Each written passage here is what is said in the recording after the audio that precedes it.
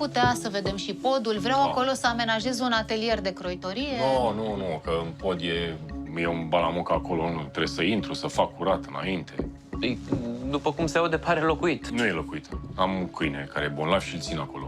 Pot să-l țin în curte, îl țin în pod. Dar puteți să treceți mâine. Înțeles, Acum mă scuzați, am treabă. Sunteți siguri că nu se poate acum? Da, domnul, ce nu înțelegeți? V-am zis, trebuie să fac curat înainte. Haideți, vă rog. Mulțumim. V-ați văzut? Bine. Mulțumim frumos, ne La întoarcem revedere. mâine. Da, Vă aștept, da. Bine.